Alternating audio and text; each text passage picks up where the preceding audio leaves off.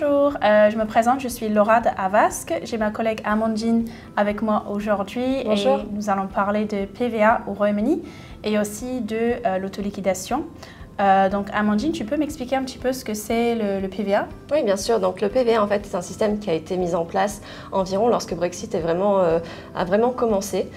Donc c'est un système qui est assez bénéfique pour la trésorerie des sociétés dans le sens où, au lieu de devoir payer la TVA à l'import lorsque la marchandise arrive au Royaume-Uni, vous pouvez en fait seulement juste auto-liquider, ça s'auto-liquide en fait directement.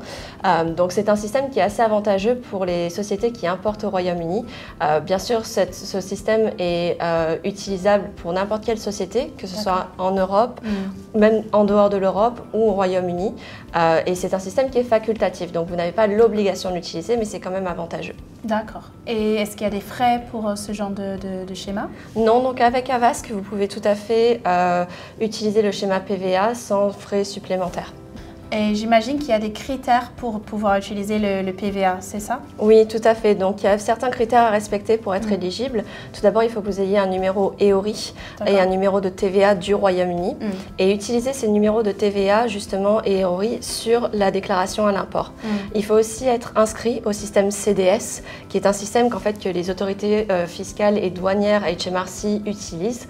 Et voilà, il faut s'inscrire sur ça pour pouvoir bénéficier du système. D'accord. Et en France, est-ce qu'il y a le même système d'inscription? Oui, donc c'est pas vraiment le même système d'inscription, mais c'est un système assez similaire qui s'appelle l'autoliquidation en France. Donc c'est un système qui lui est automatique.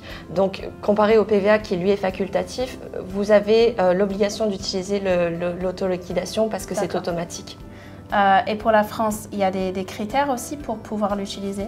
Oui, donc il y a certains critères qui sont similaires aux ceux du Royaume-Uni.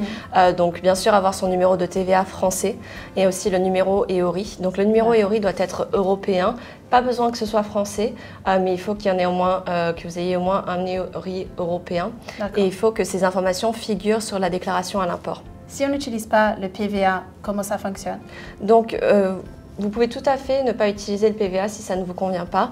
Certaines choses à prendre en compte, en fait, c'est que bien sûr, vous allez devoir passer sur une sorte d'importation standard. Vous allez devoir payer la TVA à l'importation, qui est généralement de 20%. Après, ça dépend du taux en fonction de votre marchandise. Mais du coup, c'est l'argent qui quitte votre trésorerie. Il faut prendre en compte que du coup, cette TVA est réclamable, mais vous allez seulement être dans la possibilité de réclamer cette TVA quelques mois après, en fait, sur la déclaration de TVA qui est trimestrielle. Donc voilà, juste à prendre ça en compte, que du coup cette TVA va sortir de votre trésorerie, vous pouvez la réclamer, mais plus tard. Et comment Avask peut aider dans ce sens? Donc on a pas mal de solutions qui peuvent aider justement les différents vendeurs à s'étendre sur différents marchés et faire les importations, que ce soit en Europe ou au Royaume-Uni.